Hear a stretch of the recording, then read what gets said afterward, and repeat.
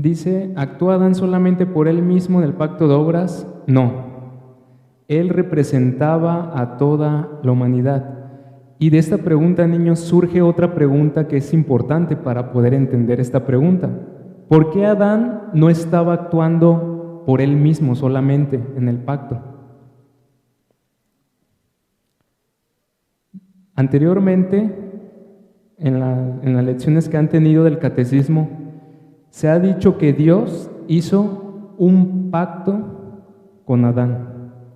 Un pacto en el cual Adán fue constituido el representante de todos los hombres. Hay un término que usan los maestros para explicar eso y le llaman que él era una cabeza federal. ¿Qué significa eso? Un representante en el pacto. ¿Y a quiénes representaba Adán? A toda la humanidad, a todos los que nacen de mujer, a todos aquellos que hemos nacido de mujer. O sea que todos absolutamente estábamos representados ¿por quién? Por Adán. Y hay algo importante aquí, niños, porque este principio que Dios estableció en el Génesis de representar, de poner a Adán como el representante de toda la humanidad, tiene implicaciones y consecuencias para cada uno de nosotros. Porque como dice, porque el pecado entró en el mundo por un solo hombre y por el pecado vino la muerte a todos los hombres, porque todos han pecado.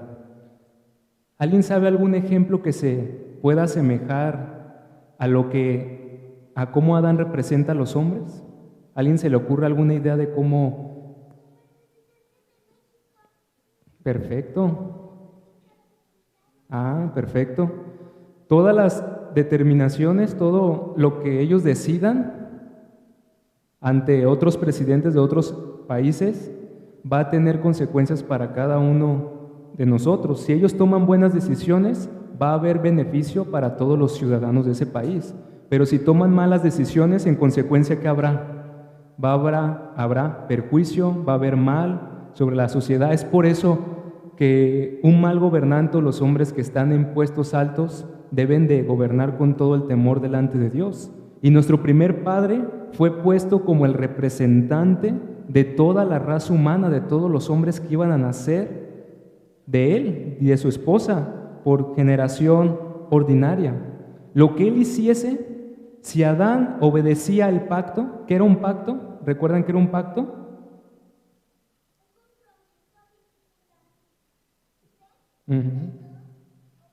Así es.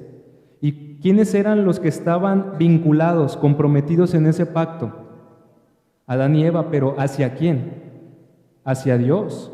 Dios estableció el pacto con ellos de tal manera que entraron en una relación pactual, así se le conoce, una relación en el cual Dios les prometió por un lado la vida, por eso el pacto de obras se le conoce como el pacto de la vida, pero por otro lado Dios sancionó con una amenaza que si ellos desobedecían, si ellos no guardaban el pacto, vendría ¿qué? La muerte, porque la paga del pecado es la muerte.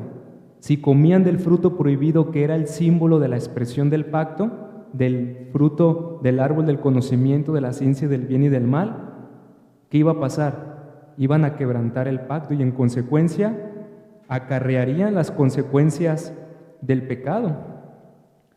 Así como un presidente efectivamente representa a una nación y todas sus obras, sus decisiones repercuten en sus gobernados de la misma manera, todo lo que Adán hiciese traería bendición o maldición. De hecho, el que Adán sea el representante de toda la raza humana también implicaba que él era el esposo que debía proteger a su esposa y que tendría que también dirigir a sus hijos.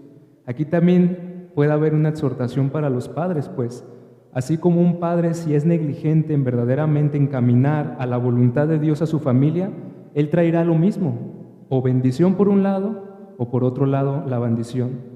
Decía un maestro que así como Adán trajo la ruina por causa de su desobediencia a la palabra de Dios, a la voluntad de Dios, de la misma manera un esposo, un padre puede traer la ruina no solamente para él, sino también para su esposa y sus hijos. Y al ser nosotros hijos de Adán, heredamos el pecado, heredamos la muerte. Fuimos exiliados de la presencia de Dios. Hay una condenación que está sobre cada uno de los hijos de Adán, cada uno de ustedes. Y es por eso que se les necesita predicar el Evangelio y ustedes necesitan conocer a Dios. Cada uno de ustedes ha heredado el pecado y en consecuencia se encuentran bajo la condenación que nuestro primer padre vino a traer a todos sus descendientes, todos aquellos que son concebidos de mujer. Aún dice la Escritura que en pecado me concibió mi madre, y eso significa que desde que nosotros existimos en el vientre de nuestra madre, ya el pecado, ya la raíz del pecado está en nuestro corazón, porque el pecado de Adán nos fue contado a todos.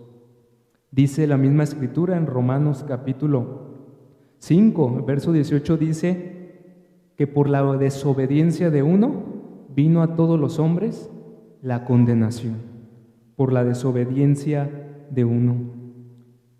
El pecado trae graves consecuencias, nos aparta de Dios, que es el supremo bien para el hombre, que es la felicidad para la cual existimos.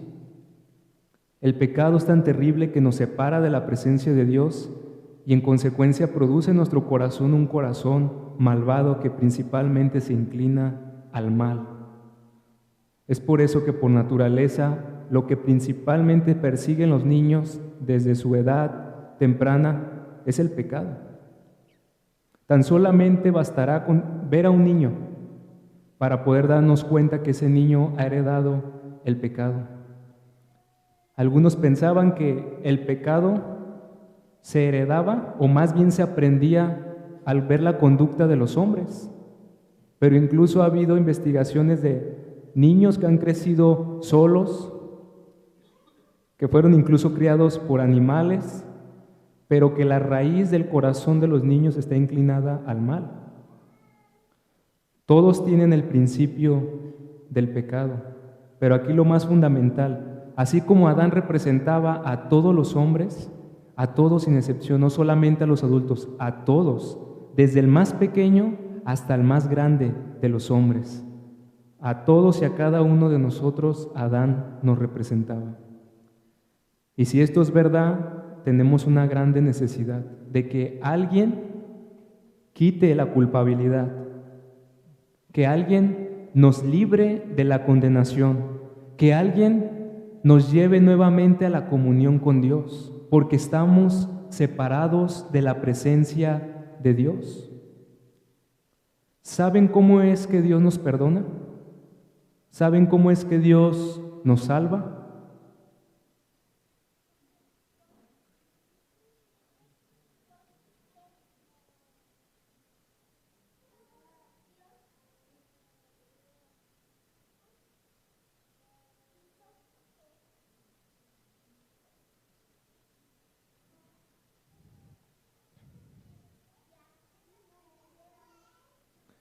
Fíjense,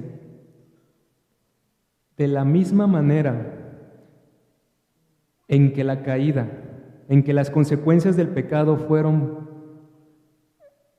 vinieron por causa de la desobediencia de nuestro padre Adán, que nos representaba, Dios desde el principio forjó otro camino, bajo el mismo principio de representación. La Biblia dice que Jesucristo es el segundo Adán, el segundo y último Adán. El primer Adán desobedeció, trajo el pecado, trajo la muerte, trajo la separación de Dios, nos heredó una corrupción en nuestro corazón, pero la Biblia dice que por la misma, así como la desobediencia vino por un solo hombre, de la misma manera la justicia, la salvación, la vida eterna nos vienen a través de un segundo hombre, pero de un segundo hombre que no nació bajo la representación de Adán, de alguien que fue nacido virginalmente, de alguien que no heredó el pecado, de alguien que era santo, justo, inocente. Cristo, el Hijo de Dios, es el segundo Adán. Y Él vino al mundo, dice la Escritura, que Él se encarnó y vino al mundo para venir a vivir en representación de su pueblo. Porque así como en Adán todos mueren, de la misma manera en Cristo, todos los que creen en Cristo serán justificados.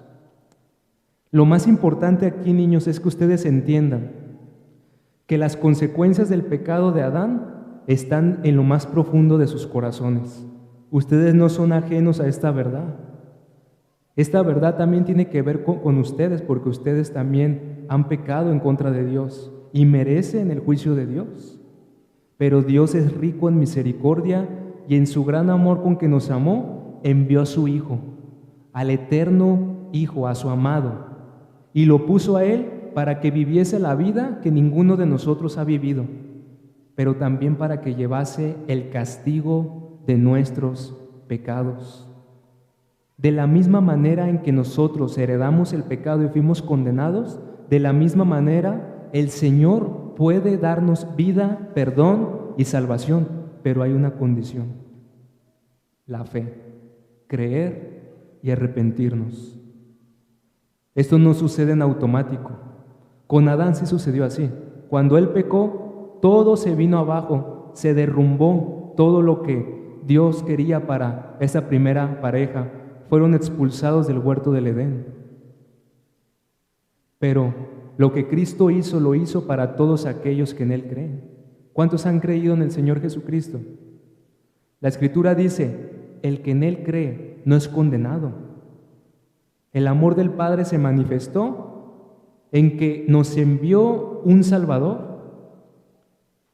Dios bien pudiera habernos dejado sin otro representante. ¿Y qué hubiese pasado si Cristo no hubiese venido? No habría esperanza. En nuestro pecado así es. Pero Dios, que es misericordioso, no iríamos al cielo, efectivamente. Cristo es el segundo Adán, quien se encarnó, quien vino a vivir una vida que ustedes y yo jamás hemos vivido. Él amó al Padre con toda su alma, mente y corazón. Él amó a su prójimo como a sí mismo. Él guardó desde pequeño, desde la edad de ustedes, guardó los mandamientos de su Padre perfectamente. Todos los mandamientos.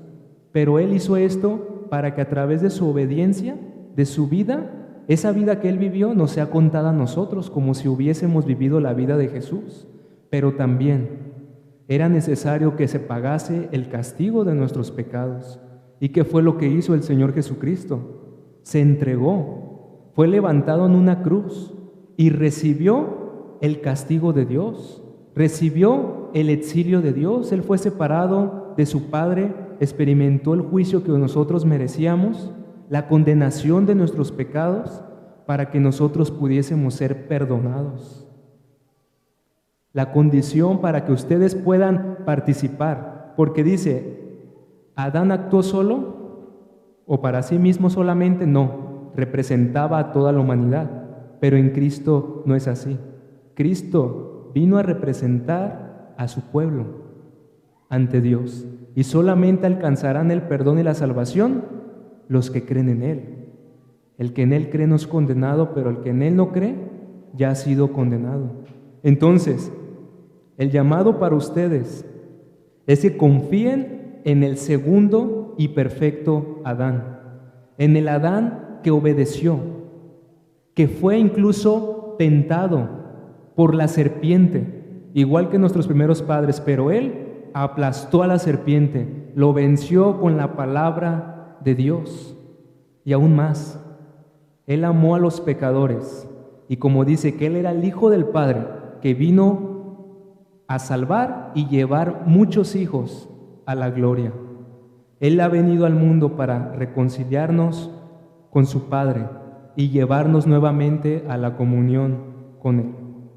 Nuevamente, ¿cuántos han creído en Jesucristo? Él es el segundo Adán. Amén. Vamos a orar para dar comienzo al estudio. Señor, gracias por la vida de estos pequeños, Padre. Gracias por sus almas. Gracias, Padre, porque en tu providencia los has puesto en familias que han creído en ti, Señor, y tienen la oportunidad de escuchar el Evangelio, Señor.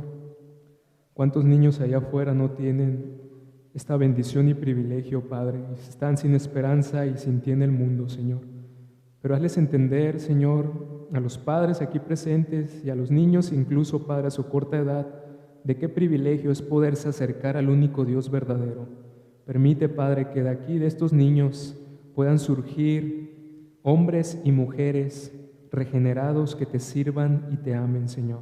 Prepara esta generación, Padre, y sigue dando gracia a mis hermanos para que sigan educando, Señor, con todo el esfuerzo, pues hazles entender, Padre, que el trabajo que hacen para ti no es en vano, Señor. Pues cómo retrocederán las tinieblas si no es por medio de una generación de hombres y mujeres piadosos, Padre. Te pido, Señor, por cada pequeño y en esta hora también rogarte que nos des la gracia de poder abrazar el estudio que hoy vamos a escuchar, Señor, y que no solamente sea algo intelectual, sino que verdaderamente repercuta en lo profundo de nuestros corazones, pues, Padre, la teología es para ser vivida, Señor, pues el propósito más alto del hombre es glorificarte y gozar de ti, Padre. Rogamos todo esto por Jesucristo. Amén.